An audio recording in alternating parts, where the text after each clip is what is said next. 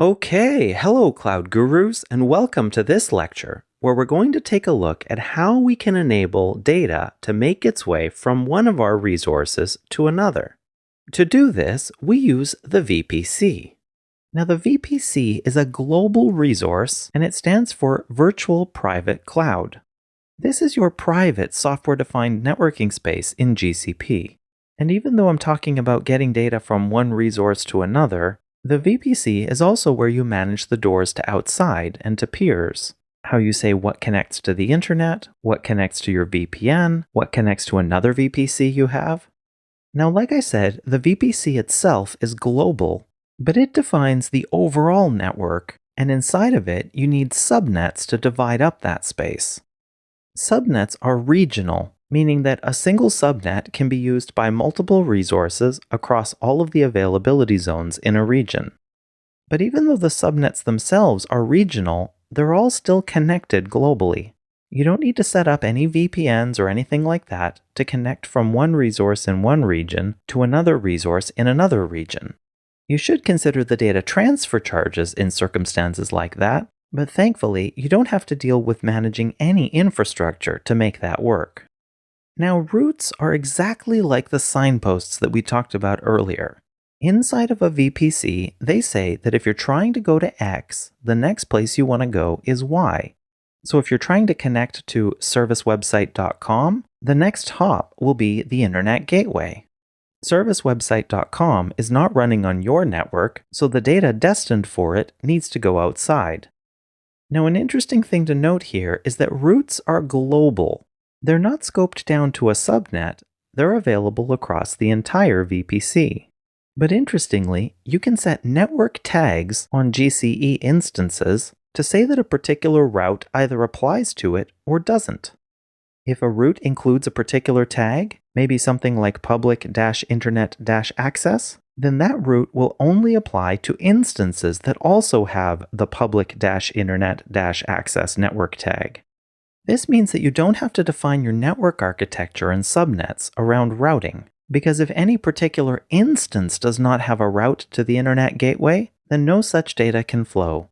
It is a private instance and can only communicate on the local network. But having a route only means that a resource might be able to connect to another resource, because there are also firewall rules to consider.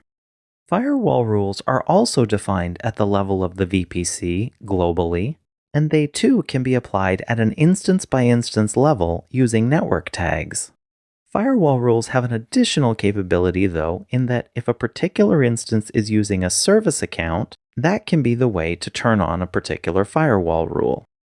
Now, firewall rules by default will block all of the data coming in and allow all of the data going out. But of course, you can define your own firewall rules to change that. Now, I could go on with slide after slide of theory about how VPCs work, but as we all know, one of the best ways to learn is to get our hands dirty, so we're going to jump into a lab. But before we do that, I want to do a really quick refresher on IP addresses and CIDR blocks.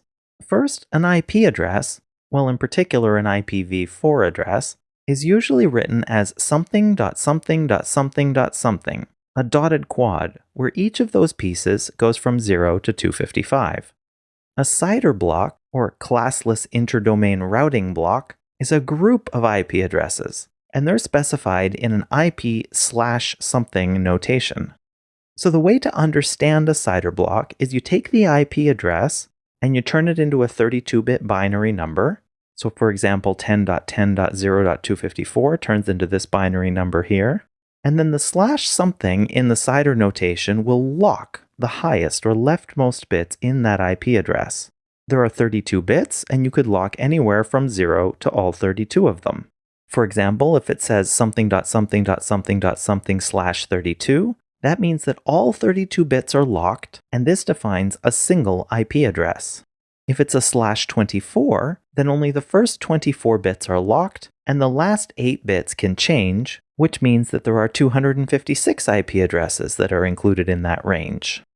The last example, 0.0.0.0/0, is a special one, and it means any IP address. The /0 means that none of the bits are locked, and all 32 of them could have any value. This 0.0.0.0/0 CIDR block often shows up as the "if you haven't found something better, use this."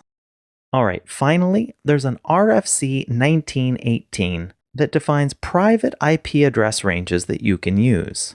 In particular, these are the 10/8, the 172.16/12, and the 192.168/16 blocks. Well, alright, enough theory. Let's jump into it. If you have any questions for me, please let me know. If not, please feel free to meet me in the next lab. Thank you.